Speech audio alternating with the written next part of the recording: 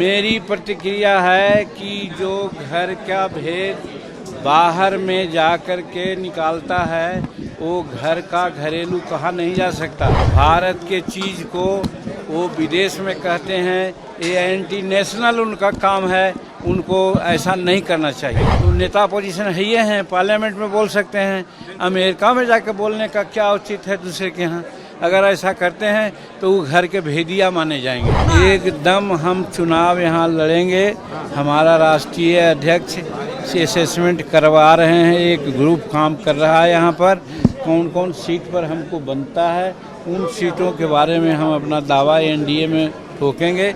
NDA से बातचीत करके अलायंस में हम लोग चुनाव यहाँ लड़ेंगे। और जब तक हमारे गांव घर का विकास नहीं होगा, यहाँ के युवाओं को जो आज नौकरी की आवश्यकता है हम उनको नियोजन नहीं दे सकते हैं। सब मिला के 425 करोड़ रुपया की योजना हम यहाँ पर दे करके जाए। मेरी प्रतिक्रिया है कि जो घर का भेद बाहर में जा कर के निकालता है वो घर का घरेलू कहा नहीं जा सकता। भारत के चीज़ को वो विदेश में कहते हैं, ये एंटी नेशनल उनका काम है, उनको ऐसा नहीं करना चाहिए। एकदम एंटी नेशनल काम है। जो भारत में हम लोग क्या करते हैं क्या न करते हैं, यहाँ जितना कहना है लड़े हैं।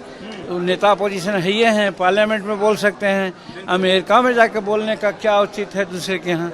अगर ऐसा करते हैं तो वो घर के भेदिया माने जाएंगे। सर, बिहार में तेजस्वी ने आभार यात्रा निकाला है, ये भी इस तरह की बातें आई हैं कि एक बार फिर जो है मुलाकातें हुई हैं, बातें हुई हैं नीतीश कुमार और उन लोगों के बीच में। नहीं देखिए, इसमें गलतफहमी है। वो सूचना आयोग का गठन वहाँ होता है, हम भी प्राइम चीफ मिनिस्टर रहे हैं। सूचना आयोग का जो होता है तो आयुक्त का क्या कहते हैं उसको नियुक्ति करना होता है, तो उसमें नेता अपोजिशन को बुलाया जाता है, वो भी उसके मेंबर होते हैं। उस सिलसिले में लोग बात किए हैं। इसको पॉलिटिकल कोई बात करना मुश्किल गलत है, ऐसा कुछ है नहीं। हमारे समय में ब्रिजेंद्र यादव और नंद किशोर यादव को बनाया था हमने भी अच्छी सूचना आयोग और विभाग का।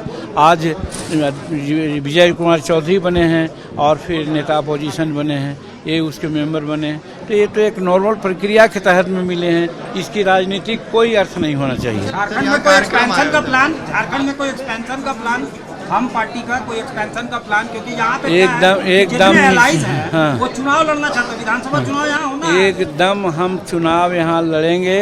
हमारा राष्ट्रीय अध्यक्ष से असेसमेंट करवा रहे हैं, एक ग्रुप काम कर रहा है यहाँ पर, कौन कौन सीट पर हमको बनता है उन सीटों के बारे में हम अपना दावा एनडीए में ठोकेंगे। एनडीए से बातचीत करके अलायंस में हम लोग चुनाव यहाँ लड़ेंगे।